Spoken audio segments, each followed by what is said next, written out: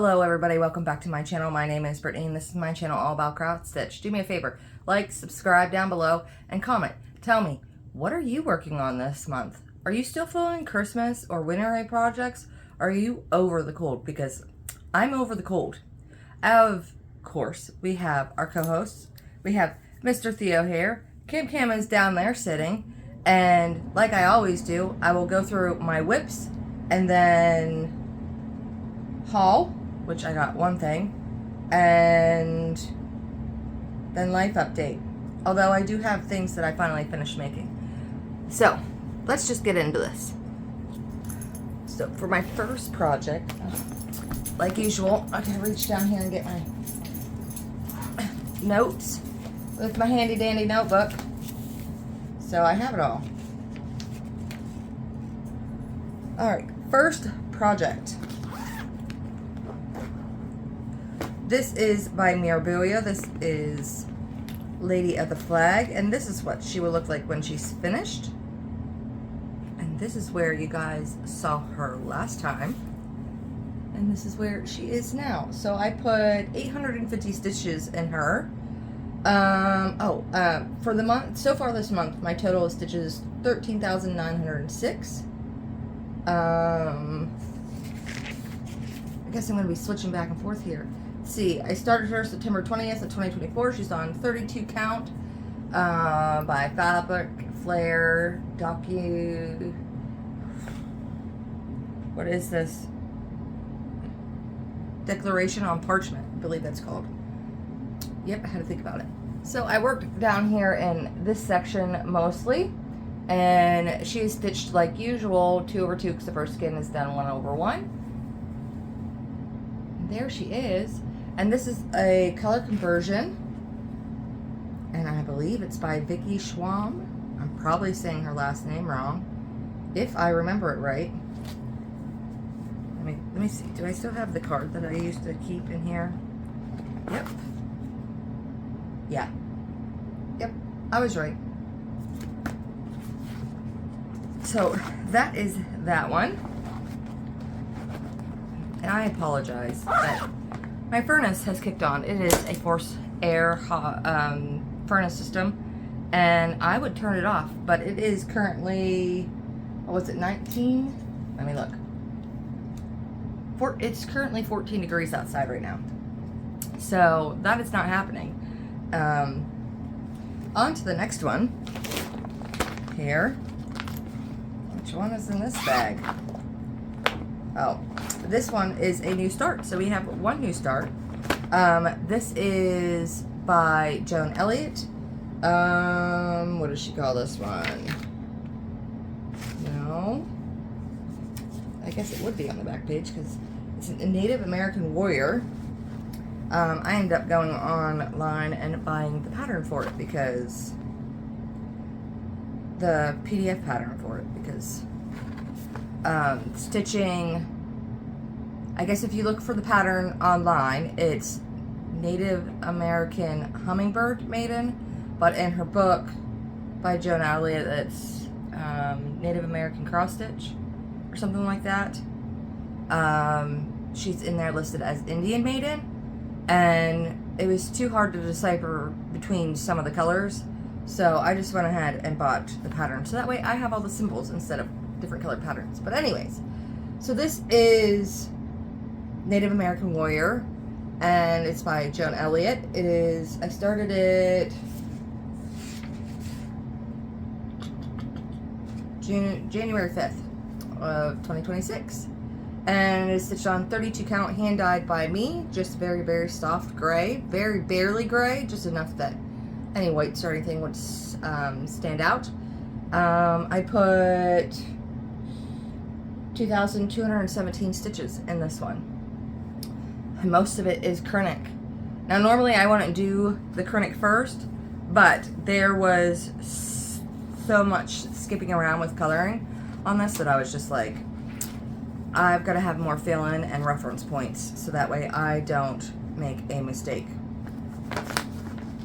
Because I'm I guess they call it like a landmark stitcher. Like I use the the way I mark off my pattern, I use those shapes and stuff to figure out where my stitches go. So that is that one. Again, that'll be a Christmas present for my mother-in-law to go with the other one I gifted her last year for Christmas. Next one. This was my birthday start last year. This is a kit by Dimensions. Did I lose my... I did. Lost my magnet. Now let's hope it didn't fall apart in here. Lost my needle monitor there. Little pig. Let's see if we can move it at least to a spot where it's not blocking any stitching. Not exactly easy to do when it is not on a hoop or a school frame or something. Alright, so anyways, this is by Dimensions Gold. This is my Lady Chateau. This is what it'll look like when it is finished. And this is where you guys saw it last time. And this is where...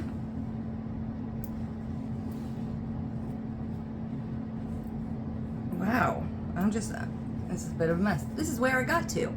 I put 1,966 stitches in this one. And I had to frog some of this and I was ready to pull my hair out.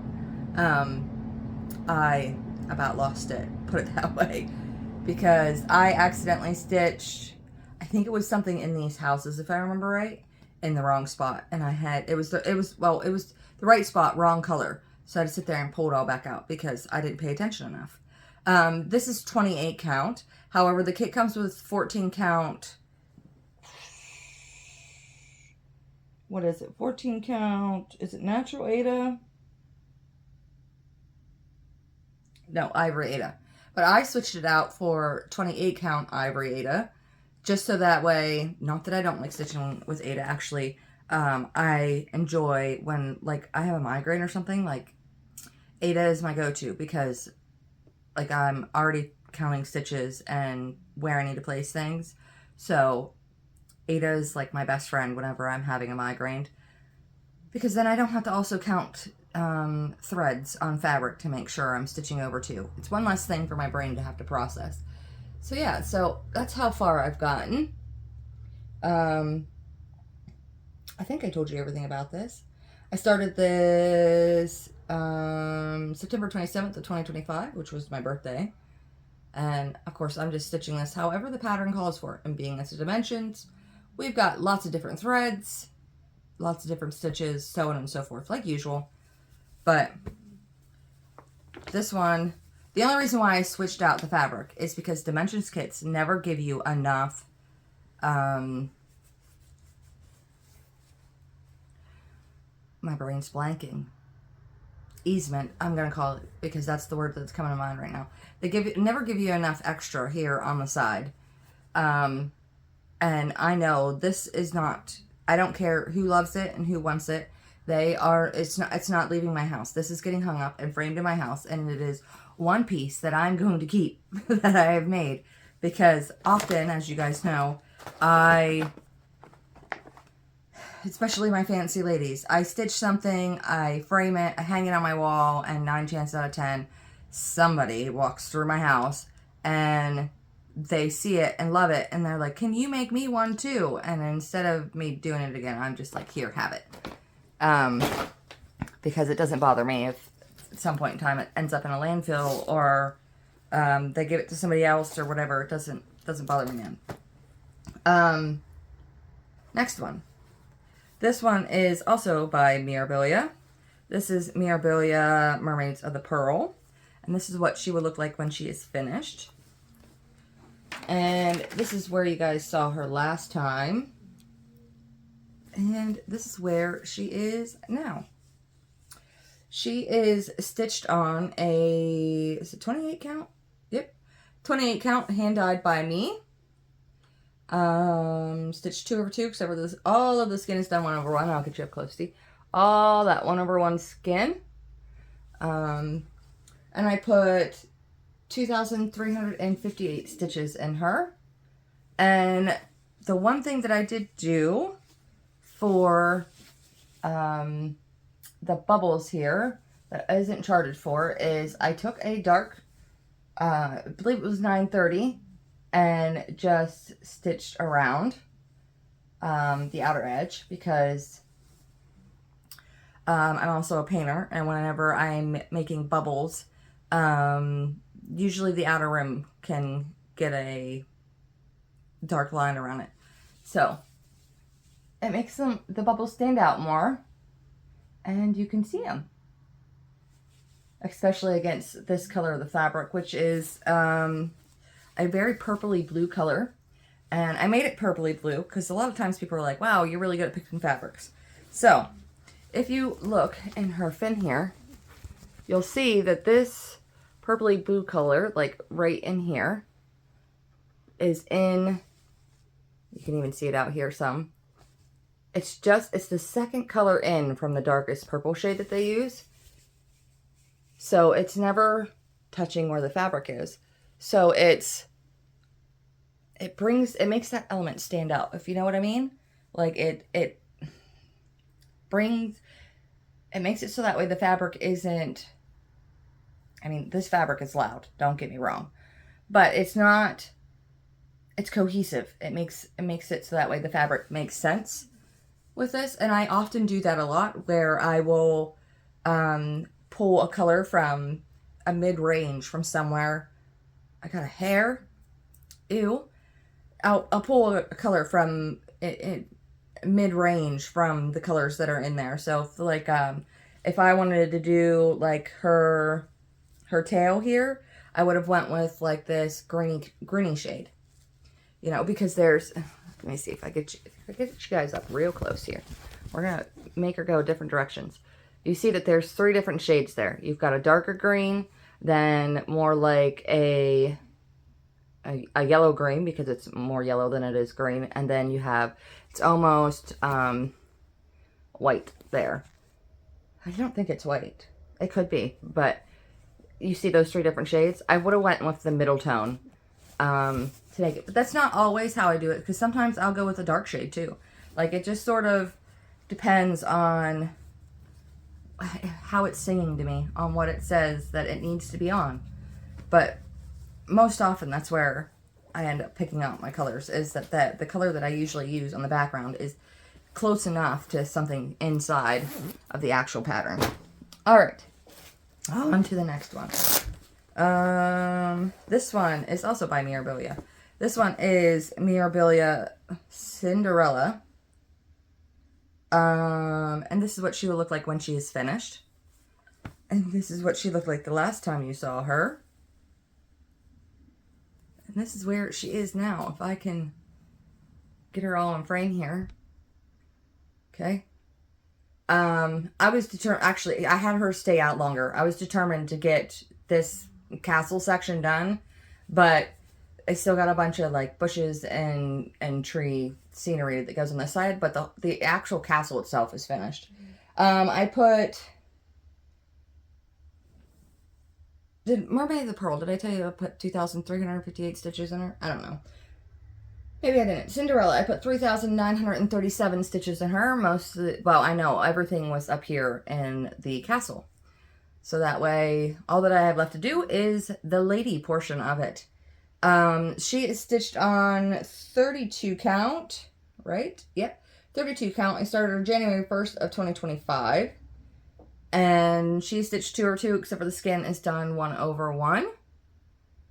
And there she is. Isn't she gorgeous? And I believe this very last piece is the one that I'm going to go on a little rant for.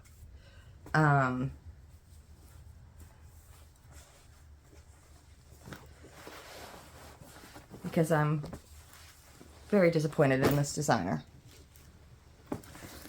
The next one I have is by Bella Filipina.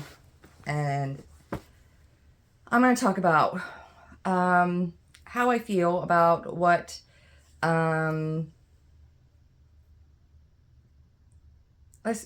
his name's Dren. That's the designer of Bella Filipina, and I'm kind of, I will say this, I will never do another one of his sales. I've done both of them, and each time he's released the pattern, he's changed it. I have no problem with paying to do a sow, and then later on, they release it. That's normal in the cross-stitch community. I don't know of a single other cross-stitch designer that changes their patterns for a sow and makes it completely and utterly different from what they released from the sow. And I'm one of the ones that stitched diligently and finished within a couple days of the sow finishing. So mine is complete. It's actually over there sitting. And he released a new pattern that's called, oh, I gotta break out the tablet because I will put the pictures side by side of what they look like. So the original sow was Blackwater Siren sow, and then he released a new pattern called, it's not even a new pattern, it's just a better version of, it's basically what all of, I would say probably 90% of the people in the sow were asking, like, okay, well, we bought a bunch of these extra skeins. Like, are we using this? Is this meant for the rocks? Like, is this just going to be another piece that gets released because it's going to be so large that we just finish it whenever? Or, like, it looks really unfinished. And I was one of the people that was like, you know, like, hey, like, artists take liberties because I do it with some of my work. He said that it was finished. It was how it was intended to be. And blah, blah, blah, blah, blah. I don't even really give a darn anymore what the heck he says, because as far as I'm concerned, everything that comes out of his mouth is a gosh darn lie. And I am somebody who stands on very much so values, and lying is something that I find disgusting. Especially considering, I mean, if you look at this hobby, most people who actually stitch this hobby are older than even I am. And a lot of those people are usually retired and on a fixed income. And they spent this extra money to buy this pattern and just to get screwed over in the end. To be baited and switched and be like, oh, hey. And then his excuse was that, like, oh, he always intended on giving us a 60% off code. I'm sorry. I already paid $5 more than what this chart is going for. And put in all my work. What was I, a test stitcher for you? Like, most people, you don't have to pay them to be a test stitcher for you. Most of them, if you just give them the pattern for free, they'll do it. No problems, no questions asked. It's not a big deal. And then, like, they'll do it for the free pattern itself. And so, like, I just find it really, really gross and disgusting to be taking advantage of, especially people who may not have the extra income, but you know, it was released, the sow was released like a month or maybe 2 months before the sow was coming up to start. So people could have been saving for those 2 months, skimping on different things that, you know, they decided to go without just to be able to do this and then spend all the money for the fabric. Like, thankfully, I didn't spend the money on the fabric because I dyed it myself, because you need an entire fat half of fabric in order to stitch this gosh darn thing. And in the end, I got a piece that, I mean, I don't mind it. I don't completely and utterly hate it. Not until now that I saw the new one come out that's actually freaking finished. But it wasn't something that I liked a whole lot. I kept my mouth shut after the first sow because I did that one too. And he also did the same gosh darn thing, was changing it up. But I didn't really feel like that one was done in such a significant way that it was a whole, like, drastically different. It was just sort of, instead of being a square, it was tilted to the side and had extra beads and a little extra frilly things around it. But the main characters, the mermaids that were for the sow part, and the most of it was the same. Versus where this one, you get the rocks filled in, at which everybody in the sow asked for. And then on top of that, all the colors were changed, which I thought the original colors for, I mean, weren't that bad, but they just felt like too bright for being, you know, black water. You know, black is sort of like a dingy color. I thought they needed to be more dingy, but, you know, I'm not the artist that's creating it. That's my opinion. And then, like, to be burned twice is pretty gross. Like, burn once, shame on you. Burn me twice, shame on me. So I will never participate in another one of his styles. I'm not going to do it. He can kiss my butt, and I would highly not recommend absolutely anybody to stinking stitch one of his styles. No, not if he's going to do this. So what, you pay more money, and then whenever you actually release the finished version, you want us to continue to pay more money? And his excuse for us not waiting. First of all, you're still in the group that you created for the Blackwater Siren style. Why wasn't it posted there first before everybody started complaining? Because that would make sense. If you wanted to mass tell everybody in the Sal group, that's where you would post it before you ever submitted it out. Why weren't the emails sent out first so that way you could avoid the disgruntled customers in the first place? That would make sense. I mean, business sense. And as somebody who, you know, sells my work to customers and things like that, and it is artwork, so kind of in the same vein, except for I'm not creating patterns where other people recreate my work or anything like that, although who knows, maybe I'll decide to do it someday. But like, hello, like, you could have avoided this all by then. No, you gave us that discount by the fact that even people who weren't in the style were upset. So basically, if you wanted, it was, what was it, $16 or $18? Hold on. I can look at my email real quick. How much did it cost me? Because I went ahead and I bought the second pattern because I was going to see if I could fill it in, which is completely and utterly idiotic of me. But I wanted to know how much he was charging for it. Yeah, so it was $16 to buy the actual chart, essentially. So let's see. I paid $45 the first time, then an additional $16. That's what, $71? Right?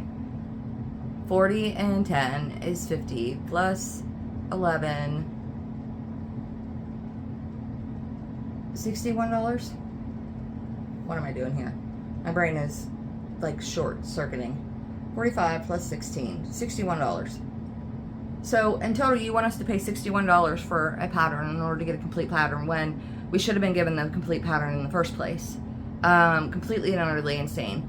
And his apology was a bunch of, you're criticizing me, boo-hoo-hoo, whiny, whiny, whiny, you're criticizing me. Well, yeah, we are, because this is the second time you've done it, and it shows a pattern, and it shows us who you are. What the heck you did is 9 chances out of 10, you needed a money grab real quick. So you posted up a Sal with a freaking only partially done freaking chart. Okay, that's crap. And your customers, we deserve better. Period. So I will not recommend, nor will I ever stitch another one of his Sals again. I don't care if the pattern never comes out again. I don't give a crap, because I'm not being burned again, and I wouldn't suggest anybody do it, because then you'll be burned eventually, because it's a pattern now. You've done it twice. Once is a mistake, twice is a pattern, and it's intentional. And that's how I feel about it. But anyways, I don't even know if I'll buy any more of his patterns or not. I have no idea. Like, I've just have a really, really bad taste in my mouth, and part of me is just like, I just want to get all the Bella Filipinas that I have finished and done, and I don't want to look at it for a while now. So I decided to bust out Bella Filipina, Cleopatra, Queen of the Nile, and stitch on her. So anyways, this is what she will look like when she is finished. And this is where you guys saw her last time. And this is where she is now. I put 2,581 stitches in her. And I believe, yeah, everywhere from like here and up is complete. It is completely done. So we're just now moving farther down the chart and getting there. And again, this is a hand-dyed fabric by me, 28 count. She stitched 2 over 2, except for the skin is done 1 over 1, and it is done as called for. And she's beautiful, but I kind of hate looking at her right now. I started her April 27th of 2023. That is that one. Now,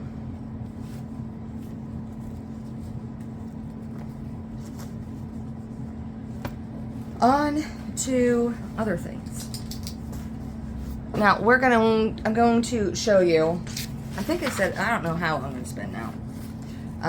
With Grandma Joanne needing extra help and doing everything, it's kind of, my brain gets muddled. But anyways, I was making project folders because I just liked the way they were. I could separate my pattern. There's just many pockets that I can put them in. And I had already finished, how many? I don't know. I finished some of them. But the last 2 days, I don't know what that's gotten into me. I got hair at my butt, I suppose you could say. And I just wanted to get rid of, I had these all sitting in my living room stacked on top of my whip box. And I was just like, I just want to get these out of there, and I want to get my projects in them, and I want to use them. So I just went on a frenzy, and I completed the rest of them. I had, I think there's 8 here. 2, 4, 6, 8. No, there's 10 here. 2, 4, 6, 8. Yeah, 10. So I completed all 10 of them in the last 2 days. Listen, don't look too closely at the stitching. I am not a good seamstress whatsoever. I'm not good at sewing, but it functions. It works. It still looks nice. It's not, you know, garbage or anything, but it's not perfect. But anyways, these are what I made. And you open them up, and I did the 2 zipper pockets here on each side, the zipper functions, and then 2 regular pockets. And I'll slide my fabric. I've done this in my old one. Slide my fabric down here, and then in here I put, because I photocopy the symbol chart. The symbol part of the chart. What is that called? Man, oh man, well, y'all know what I'm talking about. But I stick the symbol part of the chart here, and then any stitch instructions I also copy, and I'll put them in here. And then I put my threads in this zipper pocket, and then this over here stays empty. But I might start making like maybe little notes and sliding them down in that pocket. But there's that one. And then I did this one. Isn't it cute? I just love it. And then here it is inside. I mean, they're just so gosh darn cute. I finished all these like last night at like 9 o'clock. How cute is that? And yes, the binding over top of the zippers, yes, they're different shades, but they're like same way with the binding that I did like around them. I just sewed them and pieced them all together using all fabrics because I don't like to waste things. So made the binding long enough, and everything is made out of the, what is it, 3? There was 1, 2, 3. Yeah, 3 pieces of essentially a fat quarter. I mean, I think this is a little smaller than a fat quarter. I can't remember what the exact size is on it. And then just cut it all down to size and made the binding and everything. I'm so proud of myself. And then there's this one. It was cute. Although this one, I had to use a different color for this one. But there's purples in there, so I was fine with it. Listen, I'm not selling it. It's just for me to look at. So I'm okay if it's not perfect. And then there's this one. I mean, isn't that cute? Look at that. I just love it. And then the fun task is picking out which projects are going to go in these suckers. And I might just like stick all like my fancy ladies in them. That sounds like a plan. I might just stick my fancy ladies and these ones, so that way I can always look at a bag and know that I don't have a fancy lady in it. Instead of having to go through and look at the fabric color through the clear bags to know which one I'm looking at. Although then I wouldn't be able to know which one exactly was in these until they were in them long enough that it would register in my brain. But I love these. They're so darn cute. And the last one, no, there's 2 more. This one is probably my favorite. It's got little mushrooms on it. I love little mushrooms. And there's that one. And then last one.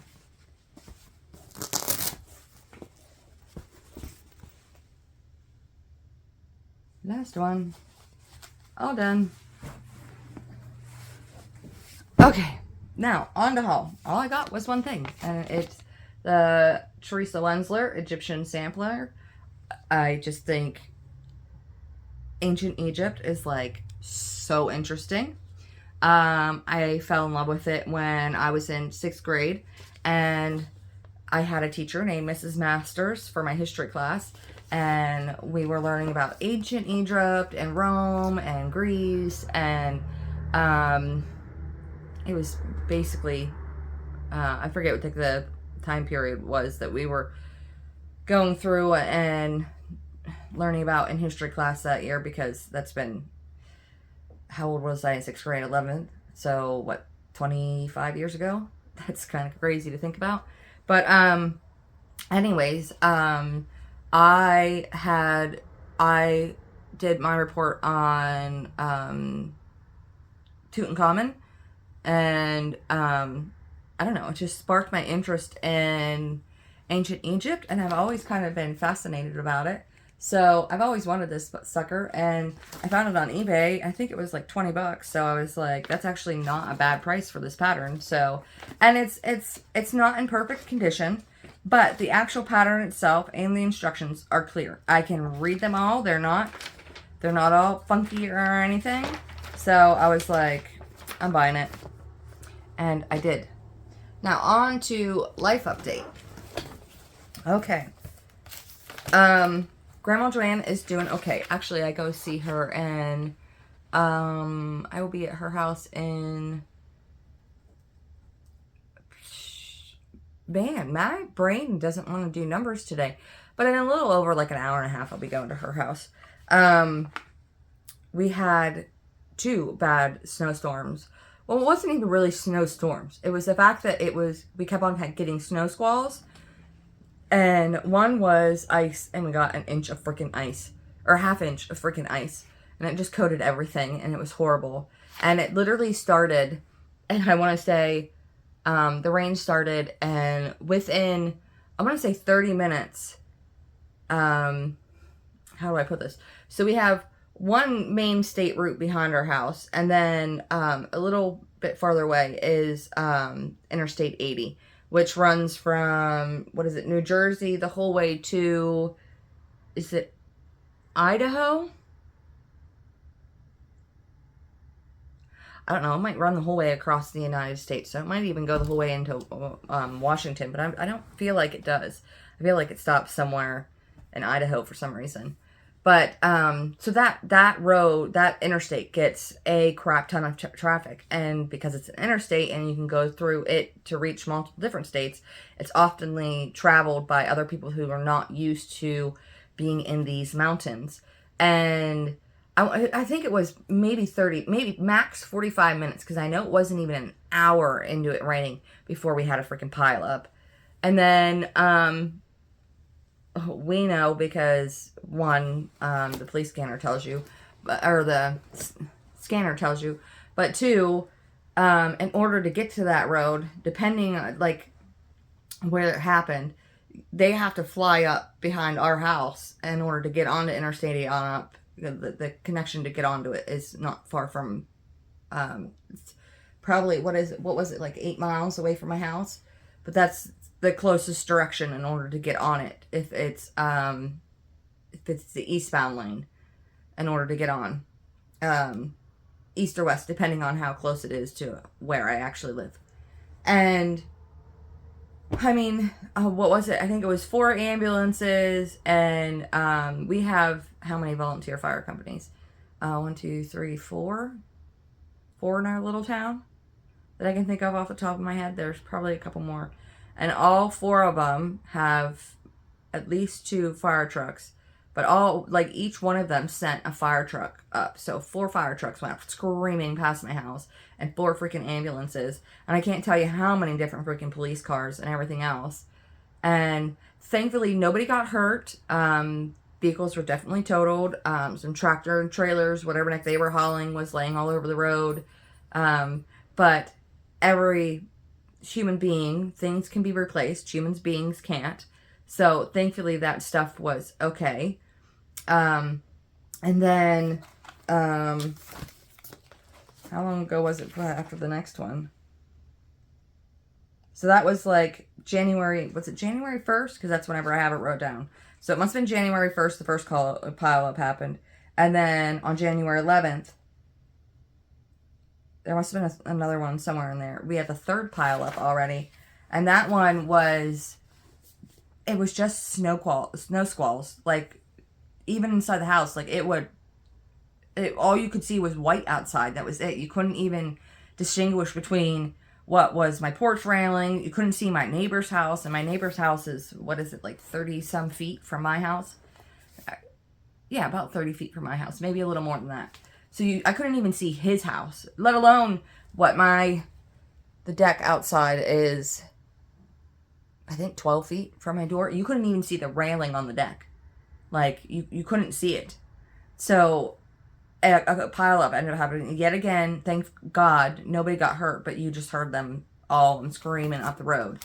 And my heart always clenches, and I always pray that other people are good. Abby had her 16th birthday. She had a blast. She got a car, and she wants a new phone. Well, she's 16 years old. That's the rule in our house. You don't get a cell phone until you're 16 years old. So she's going to be 16 years old. Well, she is 16 years old now. And she finally gets her cell phone, but she wants to wait until, I don't know, I guess there's a brand new one coming out soon, and she wants to wait to get it. So as soon as that comes out, we'll be going to get her a new phone. She's got a car. We still have to take her out to go get her permit yet. She hasn't finished reading the driver's manual yet, so I keep telling her, like, hurry up and finish doing it so we can take you out to get your driver's license. Well, get your permit, and then we can get you out there on the road and starting to learn how to do things, so that way you can have your license. What else happened? Oh, this thing drove me nuts. So my husband Ray was supposed to have carpal tunnel surgery. He was supposed to have a surgery last week, and then one next week. But the company he works for switched insurances, which was supposed to go in effect on January 1st, at which we had been paying for this insurance since middle of November. We've been paying for it, I believe. So it was supposed to go into fully effect on the 1st. Well, they called, confirmed us, and gave us the time, what he can eat, and what he can do, and all that stuff before surgery, and gave us the time that we needed to be at the surgery center and things like that. Well, the day before the surgery, so it's like I called my mother-in-law, hey, can you, like, he had to be up there at like 7 something, like a little after 7 o'clock in the morning, and it's a 30-minute drive from our house. I was like, hey, can you be over here to make sure both girls get on the bus, and make sure they take the dogs out, put the dogs back in their crate, and feed them their breakfast and things like that, because obviously I'm going up to the hospital with my husband while he has surgery. Do you mind doing it? She was like, yeah, no problem. And then, like, arranged everything, had everything set to go, and then we get a call from the surgery center the day before the surgery. So it would have been on a Tuesday, because the surgery was scheduled for a Wednesday. And sure enough, didn't that insurance tell them that they're not fully in effect and they won't pay for his surgery? So they called him and was like, do you have the money for the surgery? Because otherwise we have to cancel this because your insurance won't pay for it. Because it's not in full effect. And so he goes and gets a hold of HR and the insurance people at his work, and was like, what in the world is going on? Everybody up there is scratching their head like, what are they talking about? The insurance should have been in full effect starting January 1st. Like, we've already, like, at this point now, they've already paid 2 months worth of this insurance, as I'm talking right now. But at that point in time, they paid a month and a half worth of the money to the insurance company. What do you mean that we don't have coverage yet? It didn't make any sense to them. And here it is, over a week after he was supposed to have his surgery, and they're still all scratching at their head at his office and being like, we have no idea what's going on, having a hard time getting these people, this insurance company, to give us stinking answers or anything. And he has a surgery next week scheduled, and it's like, are we going to have the same problem with this one? Because these stinking surgeries have been scheduled since August of last year, and he was supposed to have them back to back so that way he could heal and recover and only have to take off once. And now we're going to have to do it twice because you only get so much paid time off and things like that. So we you know, bunched it all together so that way he could use all of his paid time off and not have to take off work and not have any money, because we are a one income family and we kind of need the money to come in to pay our bills. So now we have no idea what the heck's going on with that, and hopefully we hear something from that, because of course, like, it can't be a simple answer or anything. But you guys did get a little bit of a longer video today. Mostly me rambling on and being annoyed about everything underneath the gosh darn sun. But I do hope your New Year's is going a lot better than mine currently is, because if stuff doesn't start taking a turn, this lady might lose it. And I don't feel like losing it.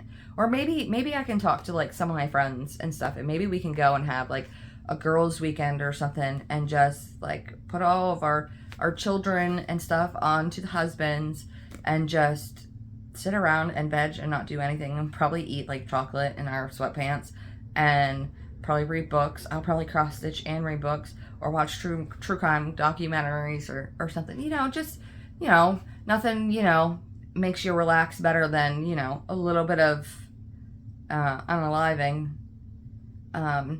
documentaries, because that just sounds insane.